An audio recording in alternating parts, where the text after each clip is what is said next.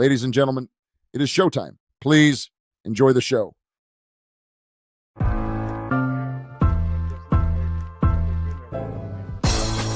It's the corner where the trees at. Is this the passing of the torch, right?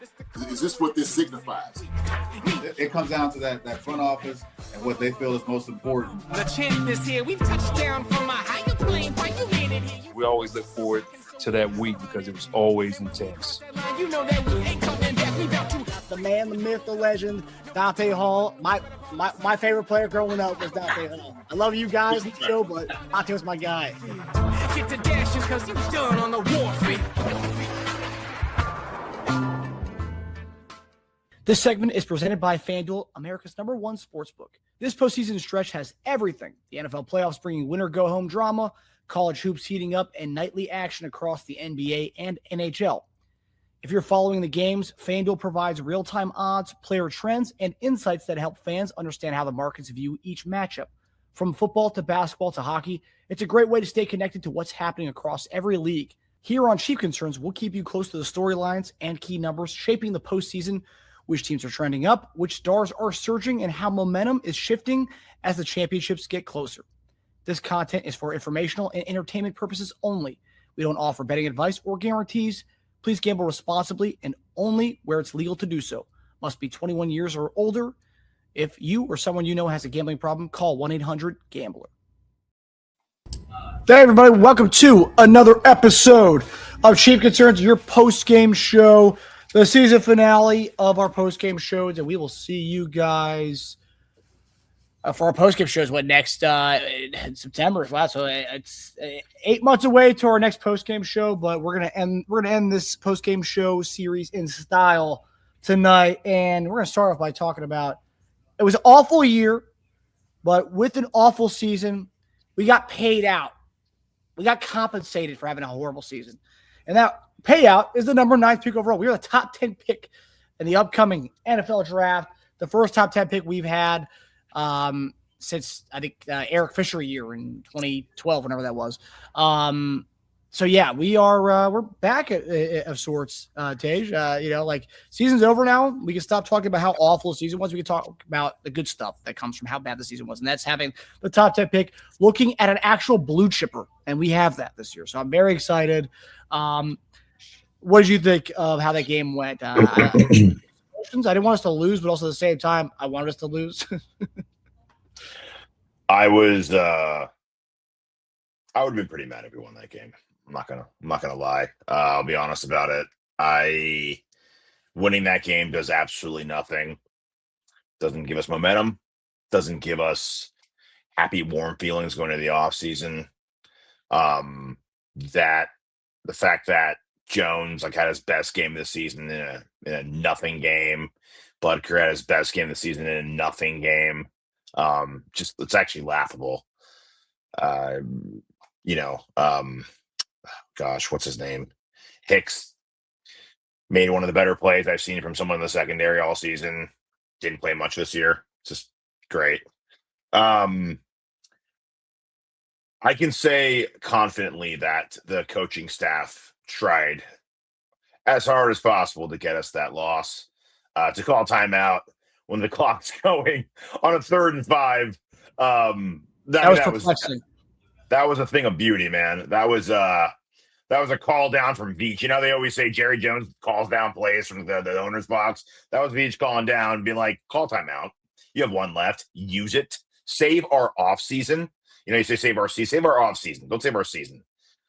Season was lost long ago. In fact, if you are about this team rebounding, you want this season to go as bad as possible to have a better revenge tour next season. So the worse it gets, the better they're going to try to make it next year. It's better for us being pissed off. It's better for draft position. I think the difference between 9 and 11 is almost a 3rd round pick. That's the difference in value, Marcus. How crazy is that? So you're saying to come up from 11 to go to 9, we would have to take a 3rd round pick? Pick a 3rd round pick. A late 3rd. Deep. That's a lot, right? So, it's a big difference. Everyone's like, 9, 11, not a big deal. No, it's a huge deal. It's a huge deal, especially for someone who like Veach, who doesn't mind trading up a few spots to secure his guy. He loves doing that, right? So, a big deal for that, and a big deal for who we play next year. So, actually, no, we were going to be. I guess we've been locked into 3 for quite some time. But yeah, it was just a huge lead into the offseason, and I'm ready.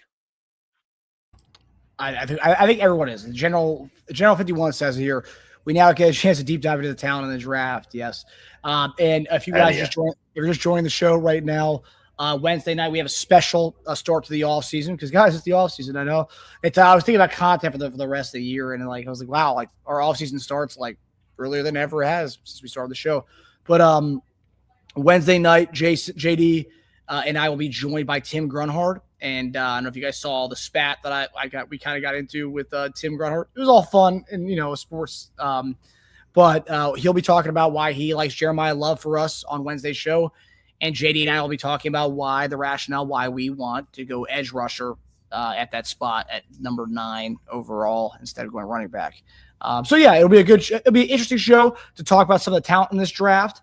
So yeah, definitely come on to hear 2 NFL players, former Chiefs players talk to Chiefs legends, talk about the rationales behind the upcoming draft. And number 9 pick, guys, this is the big deal. This is big time. But let's talk about this game a little bit here. I know it's a way to close out the season. Michael Hall, no, we got the 9th pick, Mike. We got the 9th pick. Number 9, buddy. Yeah, I wish we had it. If Saints had beaten the Falcons, we'd have gotten 8. Yeah. Mark Martinez, having those Chiefs. I just hope TK comes back for one more. Yeah, let's start off with that. I think it's not a big topic, but let's start with that. If this was the last game for Travis Kelce, 2 things stood out to me. One, there was 0 emotion from him on the sidelines. You would think the end there'd be more tears. Like everyone knows, if you guys played football or any sport, like in high school, senior night or the last game you play brings tears or emotion of some sort. I saw none of that on the sideline. If this was the last game for him, it was a very forgettable end to a career as far as the last game goes. So I think after watching his emotions on the sideline and seeing how the game played out, seeing how the season played out, I don't think Travis Kelce is done. I think he comes back one more year, and I think next year will be his retirement tour. But I want to say, like, the way that game transpired, there was no sadness going on there, and I just don't think that was his last game because that would have been one of the most forgettable ends to a legendary career that a player ever had. And there was no tears. There was none of that on the sideline. So I don't think it was his end. I'm curious what you thought by that rationale there because that was just it didn't strike me as the last game for a player. I mean, it was a forgettable game, a forgettable season. He didn't finish it with his guy, Mahomes. How into it could he be? I mean, like that game was terrible. All he did was have some cardio, got some steps on his iWatch. That's pretty much it. He was open a few times for big plays and touchdowns, didn't get the ball. I mean, it was terrible. He was probably sitting there thinking, like, do I really end it with this? Like, how bad is this game? And like ending it. Is this it? This is how I end it, looking around. I don't know, man. There's a clip from when Oladokin fumbled the ball. They show him. It's an exterior view of it, kind of like not a sky view, but it was the view of the wide. And as soon as he sees the fumble, he literally starts walking to the sideline. He didn't try like doing the argument. I mean, it's a joke. It's like he's out. I mean, I'm happy that he's out there. The one thing I'm worried about is him being out there thinking like, oh, maybe this is it. Because why else would the hell would he play and risk an injury? Yeah. Maybe he's only playing because he knows it is his last game. That's the one thing that worries me about him being out there. Yeah. But good season. Yeah, he had a great season. No, you did. Little Hunter, why tears? I would say tears. You're seeing some shed after. If you know that is the end, it's your last game. naturally you're going to have tears. And, you know, Yeah, why not? I mean, shoot. Kidding me? There's photos from my senior night and a lot of my friends' senior nights and a lot of guys who play football at college or high school. These guys cry their eyes out there last night, and they know it's over. But yeah, I would say, yeah, I feel like there'd be a little bit more emotion from Travis if it was going to be his last game. And I didn't see that. So I think it bodes well for him coming back. Do I think he has anything to prove? No, I don't think he has anything to prove anymore. He's done it all. He's won championships. He's set records. He's done it all. I just don't think this is the way you go. I just don't think this is the way he's going to want to go out, having a horrible year like this. He came back to go to the Super Bowl after losing the Super Bowl, right? And we didn't get to the playoffs. So, like, if you don't want to go out losing in the Super Bowl, I don't think you're going to want to go out like this. And he didn't get to go out with his guy. His last catch was like, a 7-yard hitch route in the Chargers game, which Mahomes ended up tearing his ACL shortly thereafter. So, like, I just don't. I don't think it was the end for him. He can prove something. He can prove it's not miserable to play football because that's how he's looked the last 3 weeks. Yeah. He can prove that football's fun again. Come back and like leave with it at least being fun. Yeah. You know, like let's say alternate universe. We were eliminated. Mahomes did not get injured. They just kept playing. Travis Kelce got 1,000 yards on the season. A couple more touchdowns, a couple more fun games. We beat the Broncos. We killed the Raiders to end the season. Maybe he does retire then. Maybe he's like, you know what? This is all right, man. Like, I'm good. We won together. We just messed around, had a few like awesome games. We beat the Raiders. I had a touchdown against the Raiders in my last game. It's fitting. I beat the Raiders in my last game. I beat Denver and beat the Raiders in my last 2 games, our foes. I'm good. This is all right. I'm fine with this. You know, but this is like being happy with a meal that you didn't order. Like, you know what I mean? Like, you're not going and leaving a good review at a restaurant when you order like the most expensive steak, and you got like tilapia instead. All right, because that's what this change is that he got. So I can understand him being at a crossroads with this decision. Yeah. Time will tell, right? He said he'll get that done so before free agency starts. So we have the countdown begins from now till March 8th. He said he'll be a couple weeks before that, so probably around from here to like February. And also too, like if there was not this high like anticipation on is he going to retire, is he not going to retire, like. Just watch that game without the announcers talking about it and knowing all the information we had. If I was just a person who was watching football for the first time, I would have no idea this guy is on the fritz of retiring. There was no like because Sasha says the body language wasn't there for Travis retiring. If you guys played their last game today and it was an event on the sideline, so like, I just didn't see that. If I was a person watching football for the first time, I would not think that guy was retiring based on his body language on the sideline. So yeah. And Mark Martinez says, "What's wrong with tilapia? You're not a fan?" Not when you order the most expensive steak on the menu. No. Tilapia's okay. Yeah. Okay. General 151 says, "How soon do we make cap space?" Well, you got the latest possible. It would be you have to be under the cap by March 11th, which is the start of the new league year. So we'll start to see when can teams start waiving guys and releasing them, like Jawan Taylor. Because that's the big one everyone's talking about. You the number 74 is the first thing everyone's going to. Okay.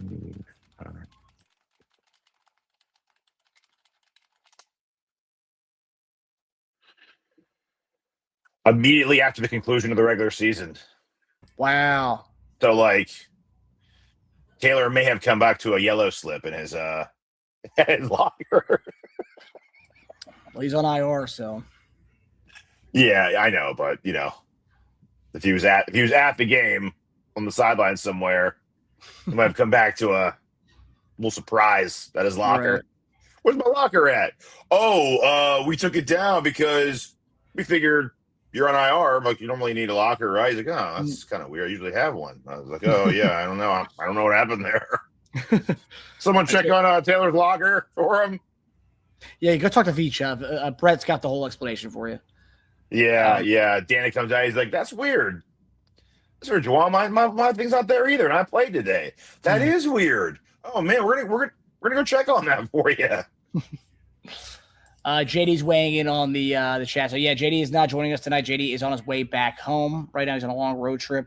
He will be joining us tomorrow night, obviously, for Monday Morning Tight End, our last great show of the year. So definitely hop in for that to hear JD's take on this game. But JD says, "What's up, Chief Concerns family? On our way back home, came to say hi, but Travis is not retiring." Yep. Yeah. And I think JD will agree. The body language was not there on the sideline of a guy who is retiring. I think that spoke a lot. I think what Travis said, or what Travis showed in his body language on the sideline today, showed more than any interview he's done, any presser he's done talking about his retirement. I think that showed it a lot more today. So you saw a lot from it. Chiefs fan from SoCal. Travis isn't ready to give up football. Taylor's way too involved in her career. Travis is a proud man. He's competitive and has one more year left. I think so too. All right, let's get to some of the talking points from this game. Well, we can start with the obvious. We kind of talked about it last week, and I think the thing was we wanted to see it again. And the big thing for me is Christian Fulton and Noah Williams, man. They dominated last week, and we were like, okay, I want to see him do it again. Like, can this be replicated? Because you went up against Cortland Sutton, you beasted him. You went up against Marvin Mims and Troy Franklin, you beasted all those guys last week. And then fast forward to this week, I know, they don't really have the best guys with them, like Trey Tucker and whatever, but like they came to town today and dominated the Raiders. Noah Williams and Fulton, they both showed tackling, the TFLs that I saw from Noah Williams, the run stuffing and the run game, the sack that he had when the corner blitz, lay the heat down, and then Christian Fulton, his physical, the pass deflections, just being in the receiver's mug all night long. I think I'm set here, and maybe it's a hot take, maybe it's not a hot take. I'm fine with trading Trent McDuffie for getting any assets, and I'm okay not paying Jalen Watson and then finding other guys to go with those two dudes. I'm okay. I've seen enough from those two guys, and I'm okay with each taking a risk on a 4th round or a 5th round cornerback. I think we're good with those two guys. You're betting on a 2-game sample size. I bet on those two guys overpaying Jalen Watson and potentially keeping McDuffie and paying him. Yes. No, but those are slightly different things. Being okay with not re-signing Watson and trading McDuffie, but you're okay not making any major moves for cornerback. Because not only betting on his 2-game sample size, you're betting on his injury past too, which he's shown quite an abundance of. I would like Watson if he was a good deal. If he came, not a bargain, but not like breaking the bank. But I honestly don't think. He's going to look to get as much as possible. So yeah, I get it. He's going to get paid a lot. I don't want to pay him.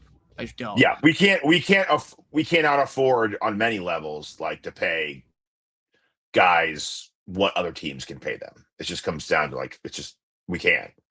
We've done it too many times to other players, and we can't do it with him. Just can't do it. Hometown discount. I'm done. This guy was a 7th round pick. He ain't taking no hometown discount. No, sir. Tej, you there? Yeah, I'm here. We lost you. Yeah, sorry. Yeah, no, you're not taking a hometown discount. No, he's 7th round pick. He's been playing for long enough. Yeah. No, he's going to maximize it. Yeah, and rightfully so. He should. So the guys have to get paid definitely. I'm here. No John Marshall. Are you okay with trading McDuffie then? Yes, that's a big part of the draft plan, man. Is trading McDuffie and getting guys. So yeah, I'm big into that. Big time into that. Yes, I would love to get multiple picks for McDuffie. Late 1st, 4th, 2nd and 3rd. 2nd or 3rd? Is what you're saying? No, 2nd and 3rd or 1st and 4th. I'd be happy with either one of those. And I've seen a lot of people saying that it's definitely plausible for us to get McDuffie. Yeah. It's less than everyone thinks he's not as valuable, Sauce Gardner. Okay, even though I slightly disagree with that. Okay, 1st and 4th is way less than what they got for Sauce Gardner. So, yeah, I think it's not greedy.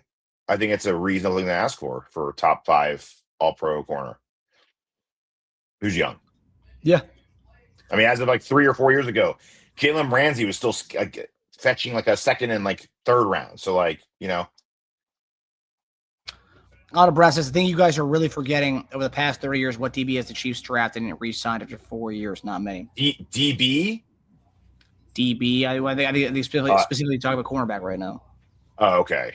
Well, sure. That kind of bodes well to what we're saying. We're going to keep we're not going to bring back Watson or McDuffie. I think it's going to be more so trade McDuffie, not re-sign Watson, and you have the guys who balled out the last 2 games. And yeah, and here's another thing too. It's like, what's to say we can't find a Christian Fulton in this free agency? Another guy who signs a 2-year, $15 million deal or something like that. Some guy it's still pretty pricey for what we have, though. We're way over. But signing one guy like that, then going to the draft and drafting a dude in the 4th round or 5th round at the expense of another position. I mean, because we're going to have to be really picky. We have to be very picky. Well, signing a guy for a 2 years, $15 million deal, the same Fulton type deal that we gave Fulton. 220. I think it was 2 for 20, right? Yeah. Instead of paying Jalen Watson, I think you're getting a bargain there compared. Oh, yeah. Definitely. So, because I think if Watson's not a huge deal, you're also going to get a comp pick for that. We might get a few comp picks because I read that report that Cook might get $15 million a season. So there's another comp pick. Nuts. But this is a really deep safety class. So that really surprises me that he's going to get 15 a year. I don't know. That might just be a story his people are putting out there to kind of drum up some interest. Do what you got to do. Sure. Do it somewhere else. Yeah, but that also, if that is the case, then Caleb Downs immediately pops to the number one of the top guys on my list, even though he already is. Yep. And also, too, talk about safeties. I thought Jaden Hicks played well today. And I got to say, man, I saw a bunch of people online there. Matt Verderami, Daniel Harm just talked about why wasn't Hicks getting more playing time. I know JD talks about the communication secondary and all that stuff. But at some point, you got to play a guy and make him kind of work out those quirks, right? At some point, you got to put him out there and make him work out those quirks. He's a young buck, right? Young bucks are going to make mistakes. Let him make those communication mistakes. Let him make that. And then, over time, those mistakes will go away, hopefully. If he's worth a damn, that stuff will go away. But I liked what I saw from today. I thought that play he made on Trey Tucker's bomb, breaking that up in the end zone, was awesome. Great play. Just a great stick. I know he was also, I think he was guarding Mayer on that last grab that put him in the field goal range. But for me, it's like, where has he been all this season? Why didn't we see Hicks all season? Communication problems, sure, but like, where was he all season? I thought he could have played. And last week, I like the utilization too. I think they played more of like a box safety kind of deal last week, playing a little bit of linebacker and all that. I thought he looked great. So, and also too, why wasn't Noah Williams playing all season? The fact that we had to see large sample size these last 2 games only because Watson was hurt or Watson was put on IR, McDuffie was put on IR, it's a crime, man. Noah Williams played well. We did see him. And then we go games where he played 40 snaps and then to 0 snaps. And then Christian Fulton, why was he a healthy scratch all season? The more I saw from these 2 guys the last 2 games, it's like, wait, we could have had like 4 dudes playing cornerback all season long, but like, one was a healthy scratch and one just got like no playing time. And then Jaden Hicks, we were going with 40-year-old Mike Edwards over Jaden Hicks all season, and other guys too who probably shouldn't have been playing as much as they were. So like, for me, I'm not gonna call it the coaching staff and say it's negligence, but like, I would love to see I would have loved to see McDuffie, Fulton, Knoll, and Watson together, and then we never got to see him, and it really sucks. But I liked what I saw from Jaden Hicks. What did you think from Jaden Hicks? Did you like the way they kind of utilized him towards the end of the season? Yeah, it was great. It's about time. I mean, I don't know it took so long, but yeah, it bodes well for him being our most vet safety. No, I guess not. I guess Connor has one more year on him, but Connor kind of plays all over the place. Yeah, he might have to be kind of more of that box guy next year. We'll definitely need a guy who can be more rangy back there, with or without Cook. I think we still need that, a guy who can just be anywhere, make his way to any spot in the field, never out of place. Just a guy that's available in the top 10 who can do that. Big time. JD says he played earlier in the season and it cost us, but in a meaningless game, you should have played. He's got to mature this offseason. Yeah, I mean, like, look, the last 2 games were prime games for that. So, like, If he's not playing next year, more meaningful snaps, and it's like, okay, well, what is it then? So I did like that he was able to play a lot in these last 2 games. He didn't cost us more than throwing a pick 6 from the 5-yard line against the Jaguars. You know what I mean? Like, young players make mistakes. They have to play at some point to get better, right? No, yeah, and that's why a lot of people are questioning as to why we didn't see him more all season long. So, yeah. Okay, so another part I want to talk about here. I loved what I saw in secondary. I did see why. I wanted to clear something up here with Coach Dub. Coach Dub, I've seen you comment on our channel on some of the videos before. I just want to clear this up because I've seen this. You said, what do you think about former Chiefs Johnny Morton being the OC, if not EB? Well, Johnny Morton is a different Johnny Morton than the one you're referring to. So there's a Johnny Morton who's the OC for the Lions, who he wasn't even calling plays towards the end of the season. Dan Campbell took over the play calling duties.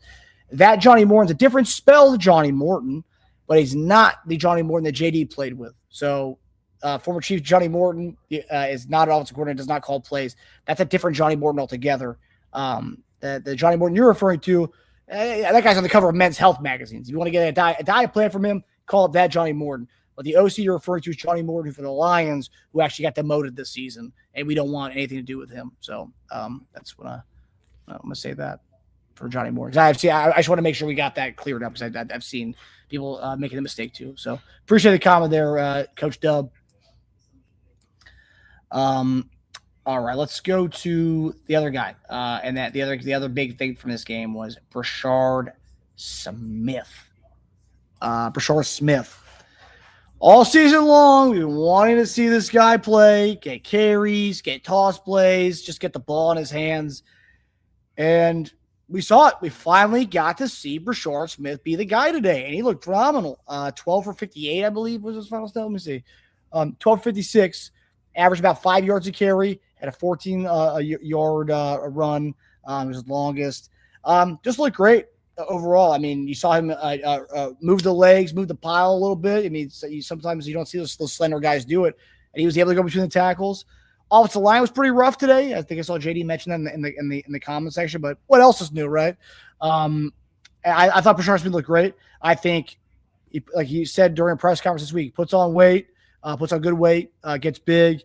He could be a guy in the league. Gets his diet right.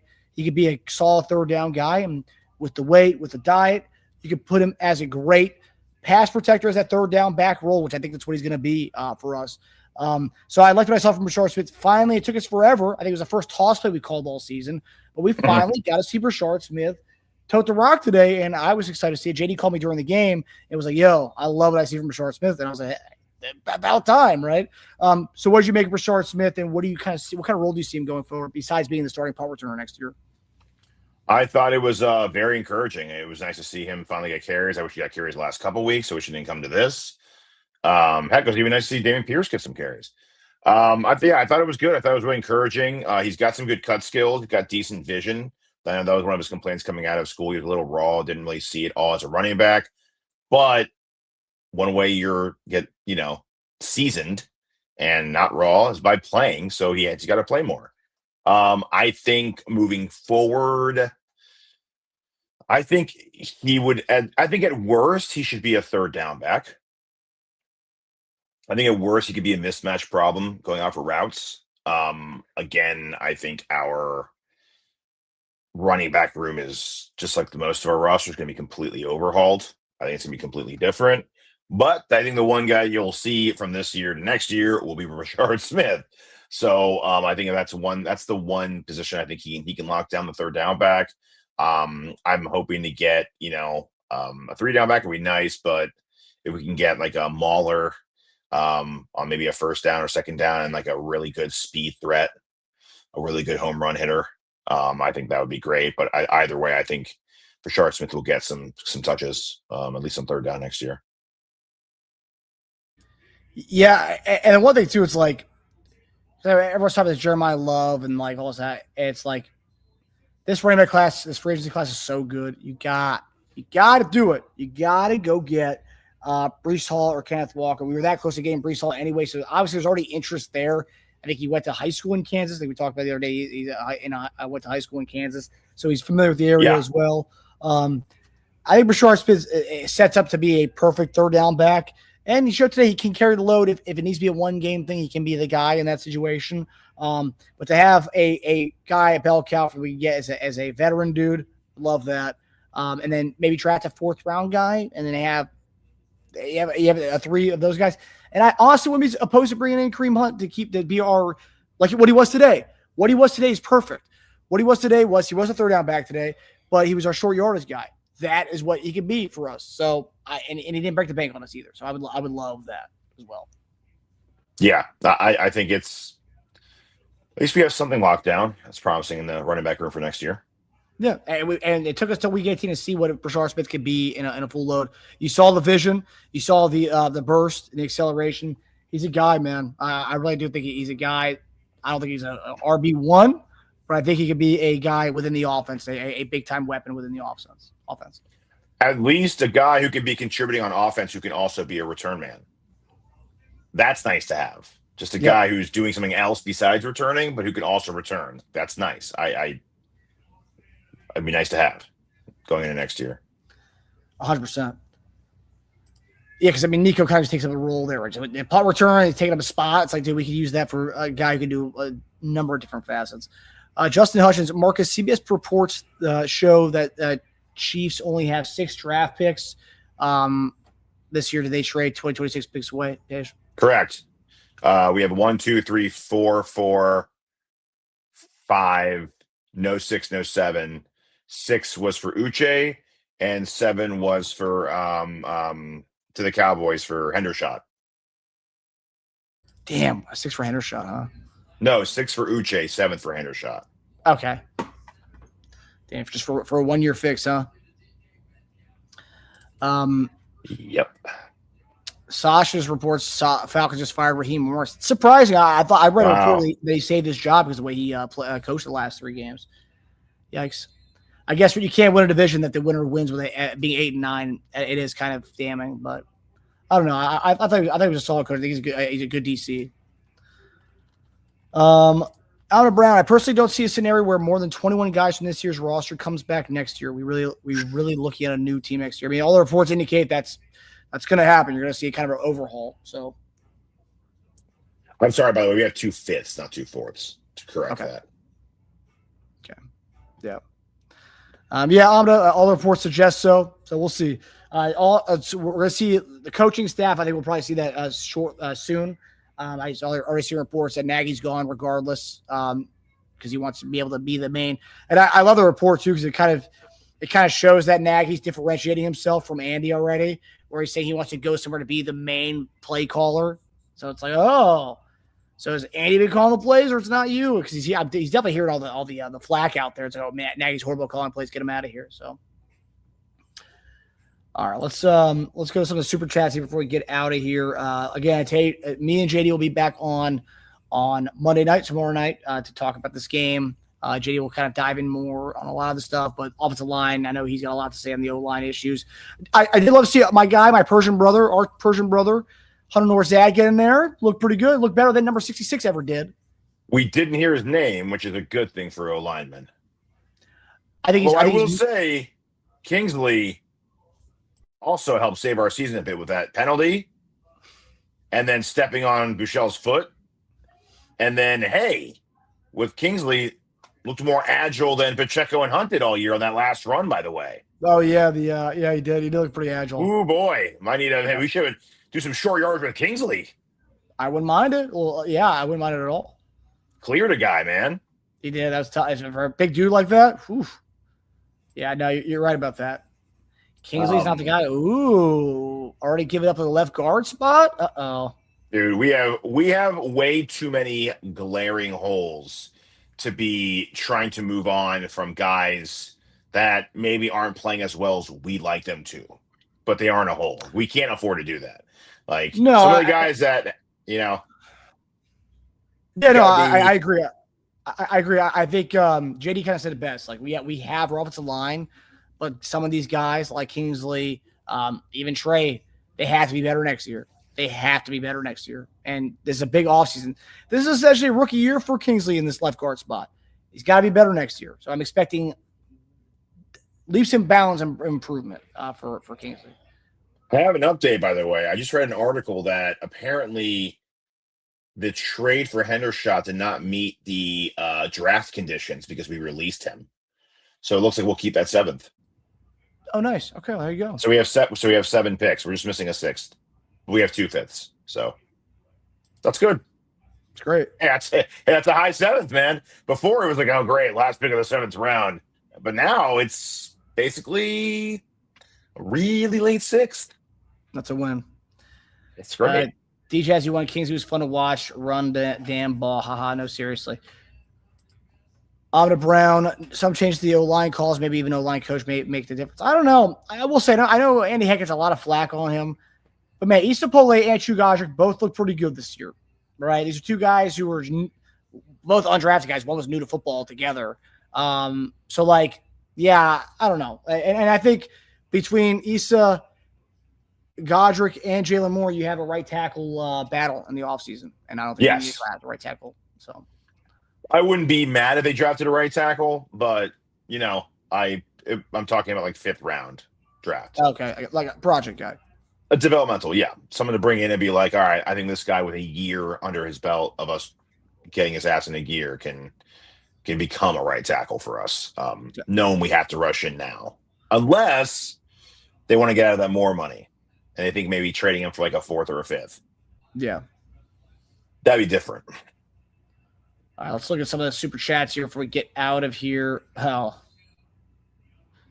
CBS announcers were lauding Andy Heck. Well, Kyle Long played for Andy Heck for that 1 year that he never actually played and did anything for us. But yeah, Kyle Long played for the Chiefs and he had a lot of good things to say for the Chiefs. I'm a big Andy Heck guy. Maybe I'm biased because he went to our alma mater for our high school, but I'm a big Andy Heck guy. I got a letter from him when I was a sophomore. I mean, come on, I love that guy. But no, I do think he has done well. I mean, like Trey Smith was a 6th round pick. I mean, Isapole undrafted, Drew Godric, IPP guy. I mean, come on. Like, I mean, we're talking about stuff like that. Algretti and Wiley. Those are 2 dudes who are like late or undrafted guys. Andy Heck's done a pretty good job. So he turned Creed into the best center in football. Yeah. Yeah. So I don't know. All right. So the super chats here. Excel Raider. We got a Raider fan in the chat. Our guy, Excel Raider, our resident Raider fan. It sucks that I can't even gloat about this one. Well, yeah, I think Chief fans are more happy about this game than Raider fans are. I don't know. Interesting, though. You guys won, but somehow Chief fans are happier about this one. Oh, we won, baby. We did. I felt like we won a 3rd round value today. Yeah. Appreciate the love and the contribution, XL Raider. You've been great all year long and probably one of my favorite Raider fans that I've come across. BG Green 112. Appreciate the contribution, buddy. I'm dumb. I just realized you guys are related. Yep, that's my brother right there, my big bro. You tax yourself $1.99 for that one, huh? That's the content. Man, that mistake nice. cost you. That's life, baby. That's love. Appreciate you, buddy. Appreciate BG Green. Thanks, man. That's great. Game time conversations. Love your authenticity. Oh, that's really nice of you. Game time conversations. Appreciate the contribution. Appreciate all the love that you give us on the show, and all the engagement you have. So thanks, I man. Really appreciate that. And Amda Brown with a 5 spot. Appreciate you, buddy. Appreciate you, Amda. Do you recall the slip or on purpose remark by JD when he called Oladuki? Oladuki. Today showed he nailed. Oh. Yeah, I mean, I don't think JD was trying to call. I don't think JD. That definitely wasn't on purpose. JD was a fan of Oladokin. It was a slip. It was a slip. But point made. Valid. I mean, yeah, I see what you're saying, and yes, that is true. But yeah. And also too, I know we've talked about it before, but I think this game definitely showed that next year, this offseason, backup quarterback has to be a big thing they look at because we don't know how long Pat's going to be out. And even if Pat is back by week 1, you still need to have somebody behind him. And I'm not a fan of the Oladokin route, nor am I a Shane Buechele guy. So, you know what? I'll say this: last 2 games were a good thing too because we had some people who were Oladokin truthers.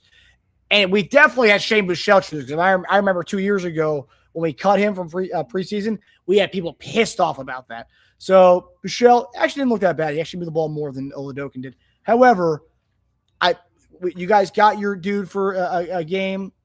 He didn't turn. He's not the guy. He's not going to be a backup. So I think Brissett or Jameis Winston or Russell Wilson will do the trick for me for a 1-year deal. So.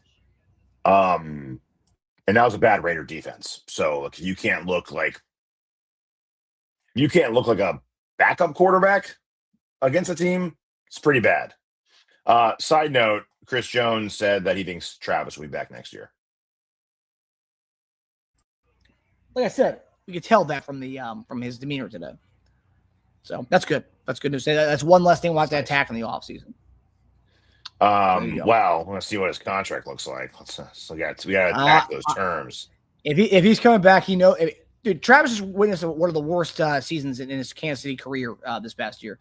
I think he knows what he saw out there is not good enough, and he knows that we're going to definitely need money to spend for some of those weaknesses and vacancies we have. So. I hope so, but JD was kind of in the camp about paying him whatever. Yeah. Well, JD's needed. But JD's always talking about the guys need to get paid as much as they should get paid, and I get it. But at the same time, Kelsey's coming back for one more year. Kelsey's not coming back to get paid this year. Kelsey's coming back just to win this year. It's his last year, so it's a 1-year thing. But we'll talk. We'll tack that as time goes. There's going to be a lot of Kelsey topics as the offseason goes on. But yeah, and that is it for all of our super chats today. Again, guys, we love you all. It's been a great season. Been a great season on the show. The way it turned out was not so good. However, top 10 pick, it's going to make our draft coverage even more special this year. So I think maybe in about 2 weeks, we'll have Teja come on. We'll start to do our college prep, our draft prep. So 2 Mondays from now, this Monday, tomorrow, it's our final Monday morning as far as grade show. JD will do his grades. And then next Monday, we will start to attack off-season needs and then draft coverage as well starting next Monday. And then this Wednesday, we'll have JD. We'll have Dunn and Grun on one show. So JD and Tim Grunhard will be going at it and talking about what we need and what we should be going after. And Jeremiah Love versus Ruben Bain and Bailey will probably be the topics they'll be talking about on Wednesday night. But it should be a good show. 2 highly knowledgeable former players going at it, talking about football and why we love the Chiefs. And yeah, so that's Wednesday. So yeah, guys, we love y'all. And hey, the regular season's over, but the off season is just beginning. It's gonna be a fun time and a fun ride. So love y'all, and we will see you guys on Monday. Take it easy, everybody. All right, guys.